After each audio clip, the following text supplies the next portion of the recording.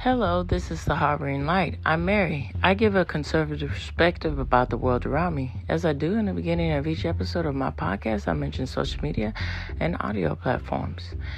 And I'm on Substack. I write on Substack as a supplement to my podcast. So social media, Substack links, those two links will be provided for you in this episode. So, audio platforms. I'm on Audible, Amazon Music. I'm on Spotify for podcasters, Overcast, Pocket Cast, Pandora. I'm looking to go iHeartRadio, and I'm looking to go to where you enjoy your podcast. I am on that. And you enjoy my content, why don't you give me a rating? And you like the content, follow, and share.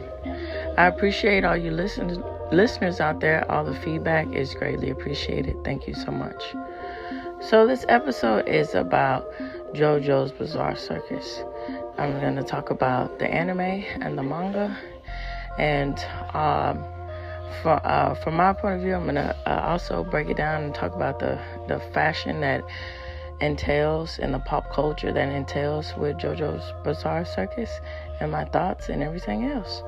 And then also how it links to the musical tapestry with Jojo's Bizarre Circus and all of that. And how that links to my previous episode with me talking about Dio.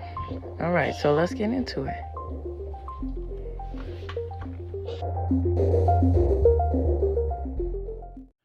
So my thoughts on Jojo's Bizarre Circus.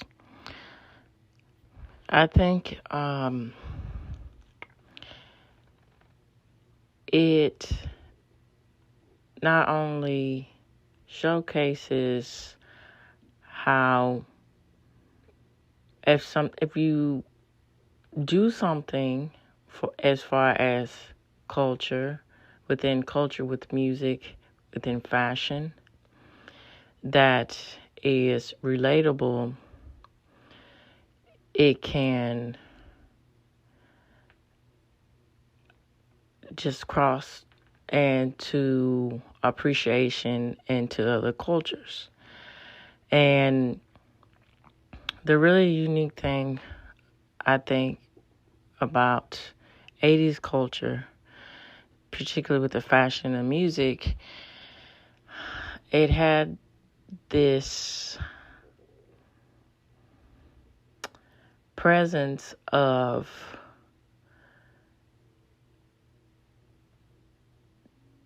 taking things that are relatable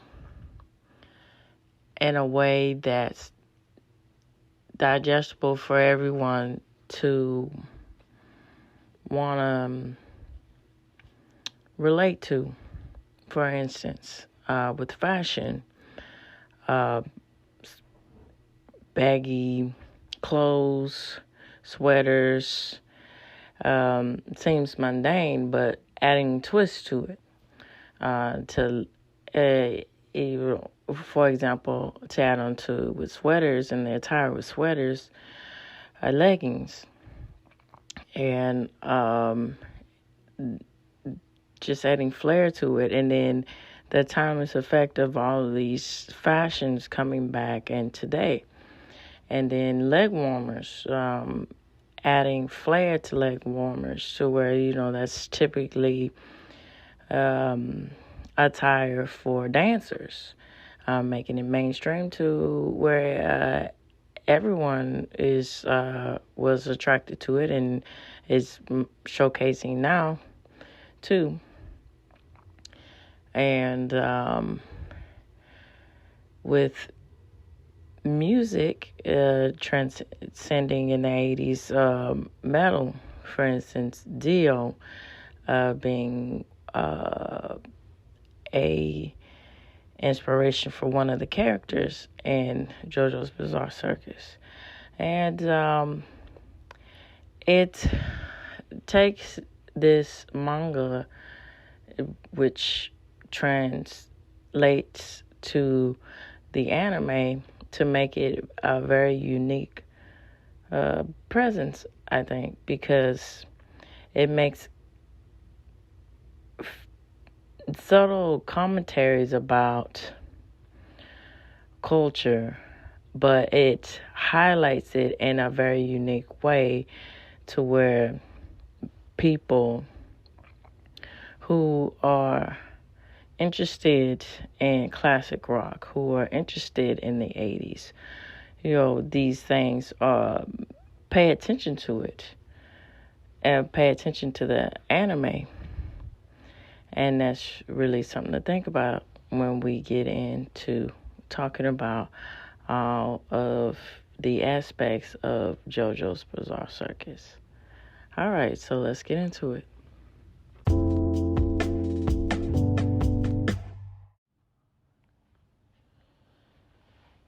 Jojo's Bizarre Adventure is an anime series based on the manga of the same name by Hirohiko Araki. The series began in 1987 in Weekly Shonen Jump and is still running in the monthly Shin publication, Ultra Jump, I believe the pronunciation. JoJo's Bizarre Adventure is a multi-chapter series that follows various different protagonists from the same family tree, each with the nickname JoJo. Across the series, each JoJo goes on a wild adventure where they face supernatural threats, deal with wild body horror, and face villains whose name are American music references. Since the third part, Stardust Crusaders, the plots have revolved around powers called stands, which are psychic manifestations of a person's energy. Now, the manga is composed of 8 different series which have spanned 2 universes. And the last 10 years of it, the manga have been dedicated to the 8-part Jolin. Every JoJo series has its own new twist and turns and villains, each of which are very weird, with often seamlessly unbeatable abilities.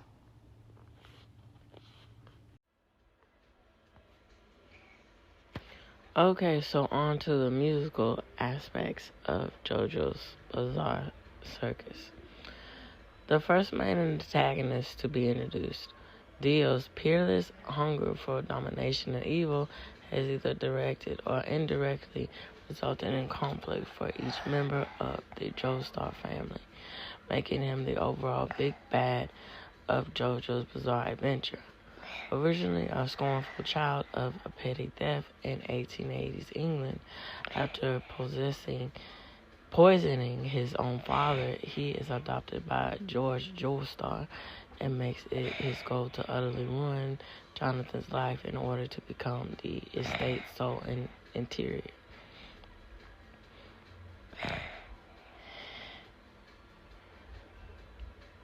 The estate's sole heir of everything. When that plan fails, Dio ends up using the stone mask to become a vampire and plans to take over the world for himself. However, during battle with Jonathan's end, with him left as a disembodied head. Sometime later, Dio makes his return on a ship when he turns most of the passengers into monsters and announces he will take Jonathan's body for his own and manages to deliver a fatal blow to his foe. Though Jonathan uses his last of his strength to ensure Dio will not be able to escape as the ship explodes and shrinks to the bottom of the sea. Dio would reemerge in the 1980s during the events of Stardust Crusaders, having attached his severed head to Jonathan's body in the intervening century or so. Now going by the Dio mononym, all caps included, he attempts to resume his goal of attaining his ideal world, but meets resistance from Jonathan's descendant After meeting Olive Gill, I believe he gains his stand called The World.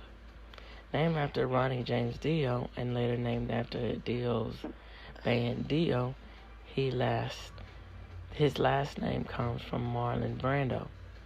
It was also confirmed that his likeness was originally based on Roy Batty.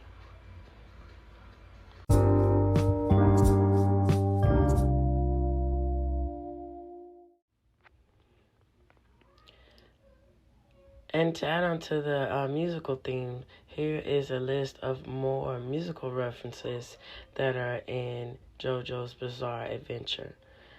REO Speedwagon, Led Zeppelin, Queen, Tom Petty, Dire Straits, Poco, Wang Chung, Emerson, Lake and Palmer, Bill Burford, the Doobie Brothers, Jimmy Page, John Paul Jones, Robert Plant, John Bohem, Jeff Beck, Jan Hammer, Styx, and then Lisa and the Cult Jam, Kenny Loggins, Jamie Messonnier, Susie Quattro,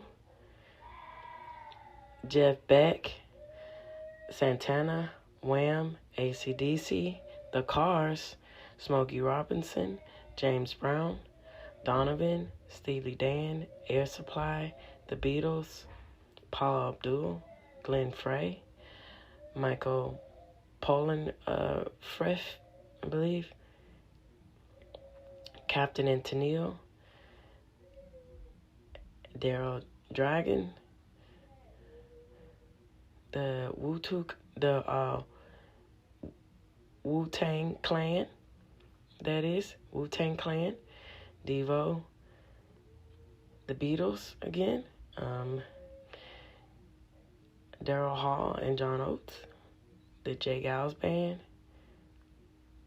and Nana. And to add on to this, the band Yes, Roundabout, is also referenced in Jojo's Bizarre Adventure. Alright, so on to the fashion aspects and references of Jojo's Bizarre Adventure. On November 25th, South African fashion model Georgina Greenville posted on Instagram that she just found out that the design of the character Prosciutto from the 5th part of JoJo's Bizarre Adventure, Golden Wing, was based on a photo shoot of her. 2 photos in particular were photographed by Mario Testino for Gucci as a fall/winter 1996 advertisement.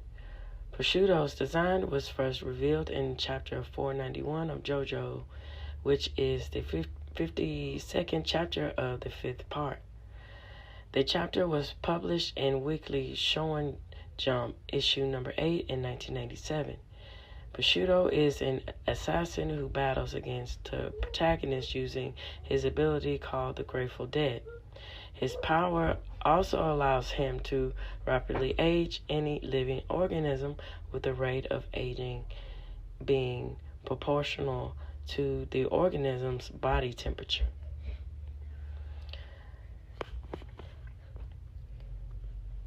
And it goes on to talk about Georgina Greenville was one of the first models of Gucci by Tom Ford.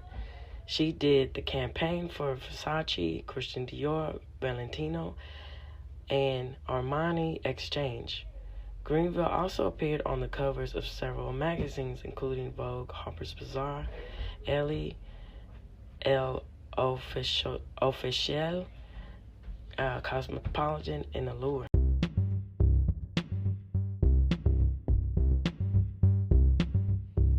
Okay, so this reaches the end of the Harboring Light.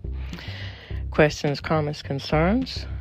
Again, feel free to email me or find me on social media. And also, on On the note of what I was saying in the beginning about all the support, I appreciate all the listening support from all you listeners out there. It means so much. But also to add on, I have a link where if you want to support this channel, it's provided for you. So tune in, turn up, and definitely take care. Bye-bye now.